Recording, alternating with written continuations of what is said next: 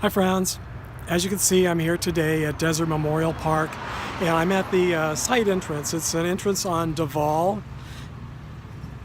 So the cemetery is on the corner of Vall and Ramon, and this is the entrance. This is the main entrance, but this is the entrance that's usually open. There's another front entrance, but quite often, when I've come anyway, it hasn't been open. So I just wanted to show you this entrance, and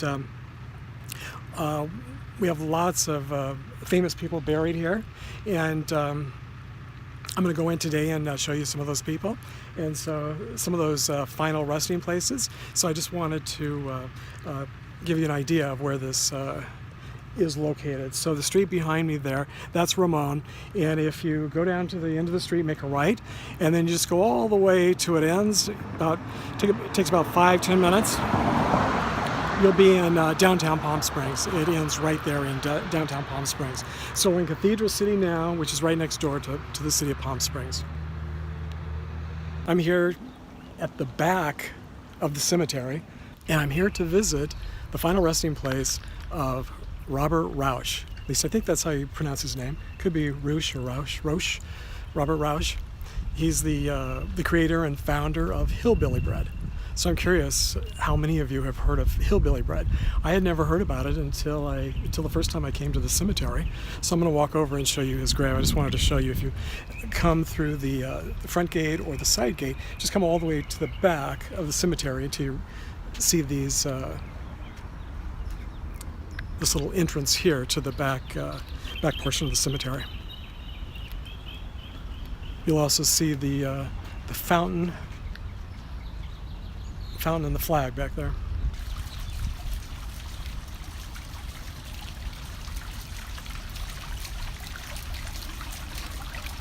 I had never heard of Hillbilly bread, but when I saw Bob's gravesite a few years ago, it made me laugh, of course, and I thought, well, is this something real?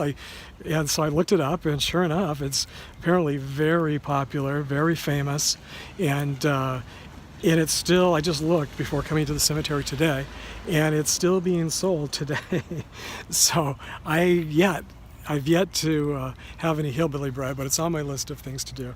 So, well, I'll turn around and show you his grave, but basically it's right here next to these 3 palm trees, just to the right of the gate there. If you look behind me, just on the other side of the fountain there is Sonny Bono's final resting place. And then if you go all the way back to the front of the cemetery, you'll find Frank Sinatra and quite a few other famous people, and that's where the front gate is. Usually the front gate is closed, or at least, usually when I come it's closed, and so you come in the side gate. I'm gonna go find some shade here. It's a very warm day today. It's the middle of the day. Oh yeah, much better, much cooler here in the shade. It's only 90 degrees in the shade, and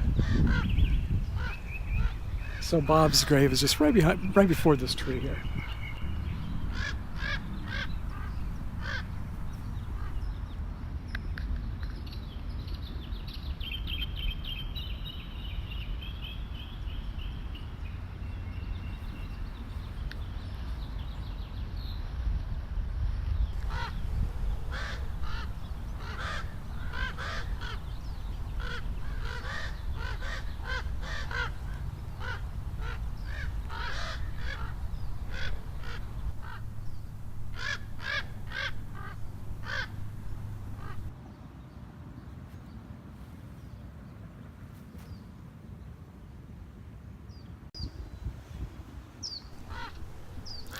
So if you're a fan of Hillbilly bread, leave a comment down below. Let me know what you think, and actually where you can get it. Although I did look online and it said that even Walmart sells it. Now I don't know if they sell it in the stores. I never really noticed. I think the next time I go shopping, I'm going to look and see if I can find it and pick it up. I'm very curious now. And but if you've ever had it, I assume that maybe they just sold it back east or something, because I'd never seen it here in California, never even heard about it. But apparently it's pretty famous, and it's still being sold. And I think Bob got his start, I guess he was born in Pennsylvania, and then he got his start, from what I read, up in, I believe it was Northern California. He was in the baking industry, and came up with this Hillbilly bread, which, according to the website, it was the very first bread on the market that was multi-grain.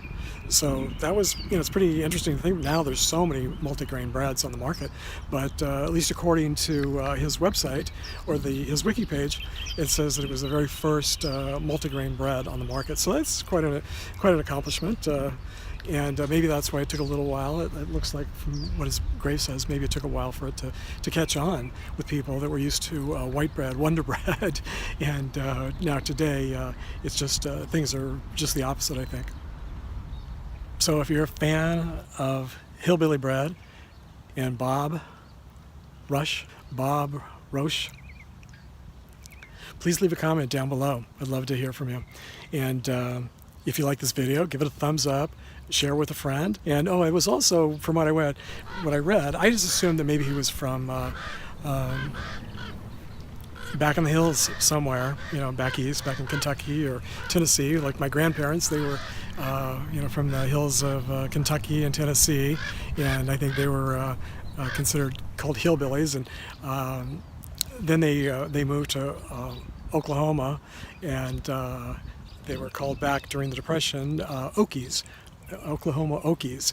So I guess anyway, so I was assuming that's where the name came from, but according to his webpage, it was the bread was named after the Beverly Hillbillies, for their, they had that very popular Beverly Hillbillies TV show back in the 1960s, and apparently that's where he got the name. So that's pretty cool too. So I guess maybe he was trying to capitalize on the popularity of the show at the time, and it looks like it worked.